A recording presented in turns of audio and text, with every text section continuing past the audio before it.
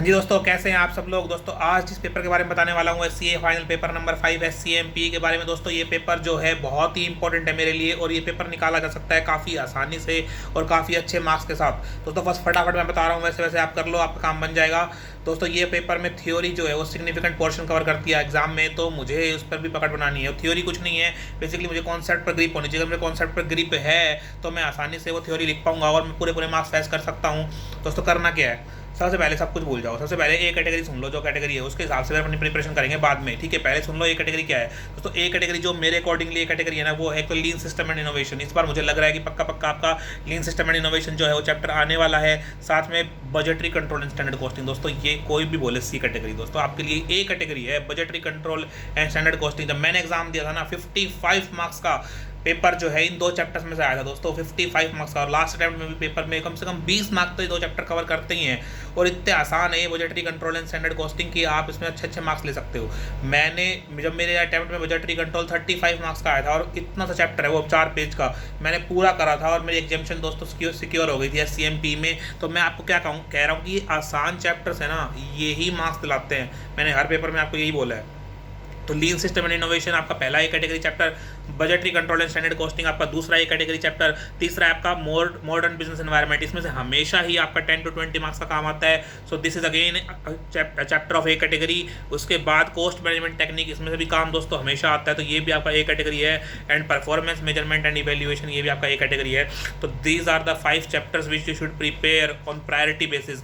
मैं फिर रिपीट कर रहा हूँ, lean system and innovation 10 to 20 marks, budgetary control and standard costing 20 to 30 marks और इवन हायर, ठीक है। Modern business environment 10 to 20 marks, cost management technique 10 to 20 marks and performance measurement and evaluation is 5 to 15 marks, ठीक है। कहीं तक भी ये लग सकता है। तो ये अगर 5 चैप्टर का मैं सम करके देखूँ ना, तो दोस्तों कहीं ना कहीं 70 to 80 मार्क्स का मेरा पेपर जो है वो इसी में से लग रहा है, ठीक है। तो 70 आप मिनिमम मान लो, 70 to 80 का पेपर जो है आपका, 80 भी मान सकते हो, 80 मार्क्स का पेपर इन्हीं चैप्टर में से लगता है। तो दोस्तों ये बहुत स्ट्रॉन्ग होने चाहिए मेरे, ठीक है। ये बहुत स्ट्रॉन्ग होने चाहिए चैप्टर्स मेरे। इनके जो कॉन्सेप्ट्स है ना अच्छे से रिवाइज करो। एग्जाम में क्या करना है, सिंपल है। इसका क्वेश्चन आया, आपको प्रैक्टिकल पार्ट सोल्व कर देना है और जो भी आपको थ्योरी में कीवर्ड्स लिखने हैं बस, ठीक है। कीवर्ड्स आप अतुल अग्रवाल सर के नोट्स से कर सकते हो। उनके नोट्स में जो वर्ड्स लिखे हुए हैं ना keywords, as it is copy paste कर दो, ठीक है। मतलब उनको याद करो, समझो, ठीक है। थोड़ा बहुत एक्सप्लेन करना चाहो तो कर सकते हो, बट उतना भी लिख दोगे ना तो फुल मार्क्स मिलेंगे, ठीक है। I remember building block model का क्वेश्चन आया था मेरे अटेम्प्ट में and I got 20 out of 20 marks in that question. So because just you need to believe कि इतना लिखने से मेरे को मार्क्स मिल जाएंगे। मैं बेफालतू का कुछ भी नहीं लिखूंगा, मैं फेंकना बिल्कुल नहीं है कि हवा में कुछ भी लिख रहे हो तो मार्क्स नहीं मिलेंगे। जितना मॉड्यूल के हैं कीवर्ड्स है उतना लिखो, जितना उनके नोट्स में उतना लिखो, आपको पूरे मार्क्स मिल जाएंगे। और प्रैक्टिकल पार्ट भी आपको, थोड़ा प्रैक्टिकल पार्ट तो दोस्तों ईजी है, ठीक है। उतना आप सॉल्व नहीं कर पा रहे हो तो आपका कॉस्टिंग निकालना बहुत ही मुश्किल हो जाएगा ये एग्जाम। बिकॉज प्रैक्टिकल मतलब मेरी इतनी सॉलिड ग्रिप होनी चाहिए कि थ्योरी सपोर्ट कर दे उसको, तो मैं जंप करके पास हो जाऊँ। सिंपल सी बात ये है। एक सेगमेंट आपका जो है वो मार्क्स की स्कोरिंग है और एक सेगमेंट है वो सपोर्टिंग है। तो सपोर्टिंग सेगमेंट को उसको साथ लेके चलो तो आपको आराम से पास हो सकते हो। सिंपल है। जितना उनके नोट्स में है ना, अतुल सर के नोट्स में उतना चिपका दो, ठीक है। आपको पूरे मार्क्स मिलेंगे और प्रैक्टिकल सॉल्व कर दो। ये आपका ए कैटेगरी चैप्टर हो गया। बी कैटेगरी चैप्टर में अगर बन जाएंगे ना, तो बी कैटेगरी में आपका आता है पहला chapter introduction to strategic cost management. दोस्तों इसमें से क्वेश्चन आ सकता है। वैल्यू चेन एनालिसिस का एक क्वेश्चन होता है, वैल्यू शॉप मॉडल होता है, उनसे देख लेना। मैं बाकी चैप्टर्स में भी आपको टॉपिक बता सकता था, लेकिन मैं नहीं चाहता कि आप लिमिटेड स्टडी करो, ठीक है। स्टडी हमें पूरी करनी है, बट आपको एक फ्लो समझना है कि यार ये थोड़े चैप्टर्स में मैं अच्छे से करूँगा, ठीक है। फिर आपका जो डिसीजन मेकिंग है वो भी बी कैटेगरी चैप्टर, इसमें से भी 10 मार्क का काम तो कम से कम आएगा ही दोस्तों। और इसके बाद मेरा एक chapter transfer pricing, divisional transfer pricing, मुझे पक्का क्वेश्चन आने वाला है इस बार। तो ये भी आप बी कैटेगरी या इसको भी ए कैटेगरी मान लीजिए, लेकिन बी कैटेगरी है बिकॉज इसमें 8 मार्क का क्वेश्चन नहीं आएगा, तो इसलिए मार्क्स के अकॉर्डिंग देखें तो बी कैटेगरी है। जो पहले ए कैटेगरी थे वो तो 10 मार्क्स तो मिनिमम है और 20 30 तक हो जा सकते हैं, इसलिए मैंने वो ए कैटेगरी में रखे हैं। तो इंट्रोडक्शन वाला चैप्टर आपका 5 to 8 marks B category, divisional transfer pricing 8 to 10 marks B category, ठीक है। और आपका उसके बाद decision making 8 to 8 marks minimum, ये भी बी कैटेगरी।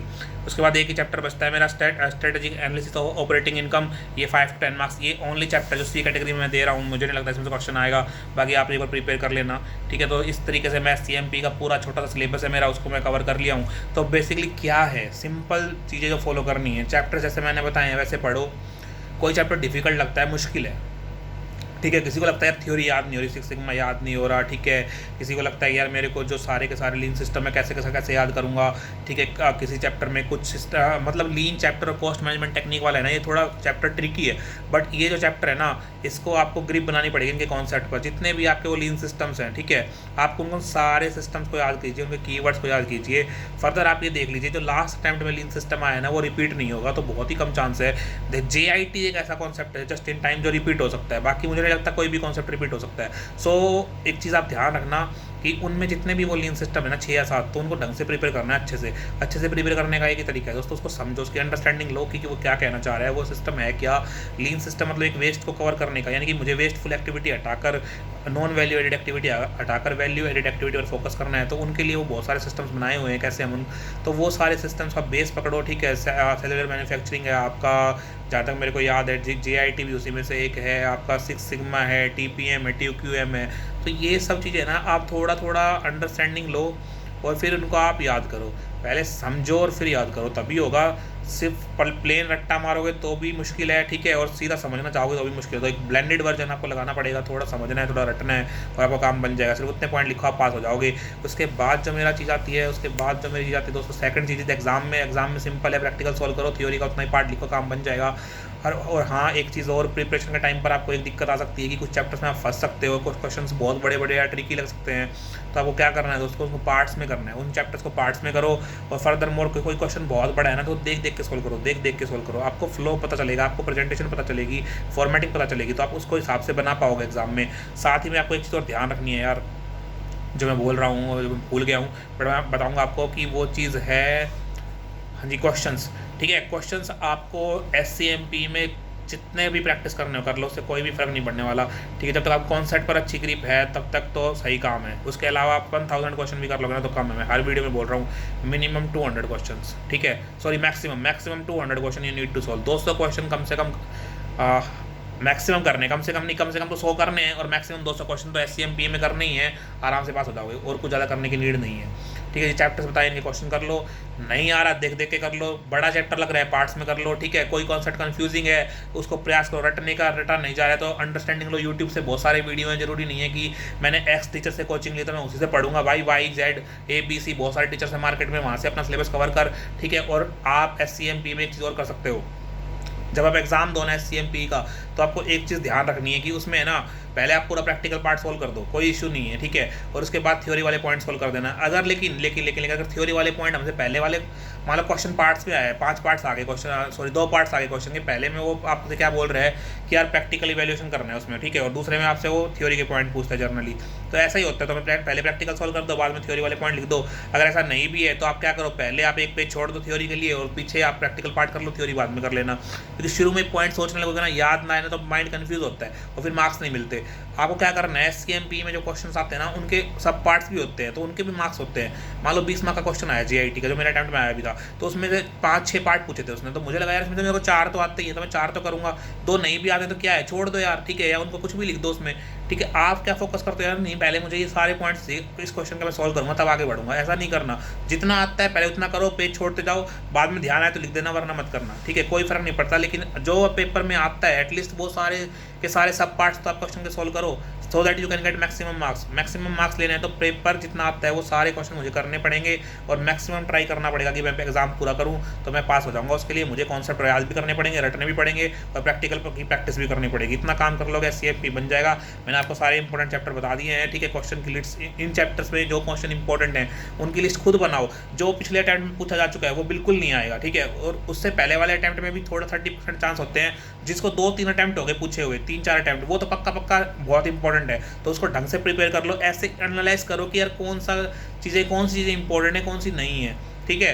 तो वो आप पास्ट को बेस पे फ्यूचर का एनालिसिस करो, जैसे कि हम SFM में भी करते हैं कि पास्ट परफॉर्मेंस पे हम फ्यूचर को इवैल्यूएट करते हैं। तो आपको क्या करना है कि जो पेपर मेरा पीछे बार में पूछा जा चुका है, पीछे अटैम्प्ट में आ गया, इसमें आ चुका मई में, वो नहीं आएगा नवंबर में, बहुत ही रेयर चांस है, ठीक है, जो टॉपिक। और उसके अलावा जो पिछले अटैम्प्ट में नवंबर में उनका 20-30% चांस है, जो पिछले मई में आए उनका 50% चांस है, जो उससे पहले आए उनका तो 70-80% तक चांस हो गया। तो जितने ओल्ड कॉन्सेप्ट हो गया पूछे हुए उनका रिपीट होने का चांस ज़्यादा है। वैसे बहुत से टीचर्स आपको हज़ारों टीचर्स मल्टीपल क्वेश्चंस की लिस्ट देते हैं कि ये वाले क्वेश्चन इंपॉर्टेंट है, तो जो चैप्टर मैंने बताए हैं ना उनमें वो वाले क्वेश्चन तो कर लेना जो वो इंपॉर्टेंट की लिस्ट देते हैं।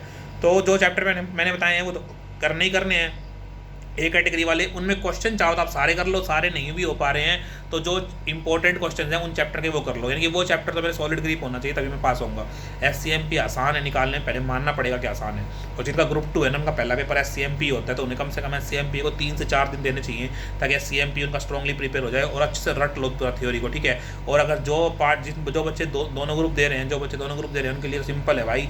SCMP में आप जैसे ही पेपर देकर आए लॉ का, उसके बाद पेपर है सीधा SCMP का। आपको क्या करना है कि पहले ए कैटेगरी वाले जितने भी चैप्टर है ना सारे के सारे उनकी थ्योरी पढ़नी है, अगले दिन का प्रैक्टिकल सॉल्यूशन करना है, उसके बाद जितना भी टाइम बच गया उसमें बी और सी कैटेगरी करना है और अगले दिन चले जाओ पेपर देने। सिंपल ये स्ट्रेटजी फॉलो करनी है।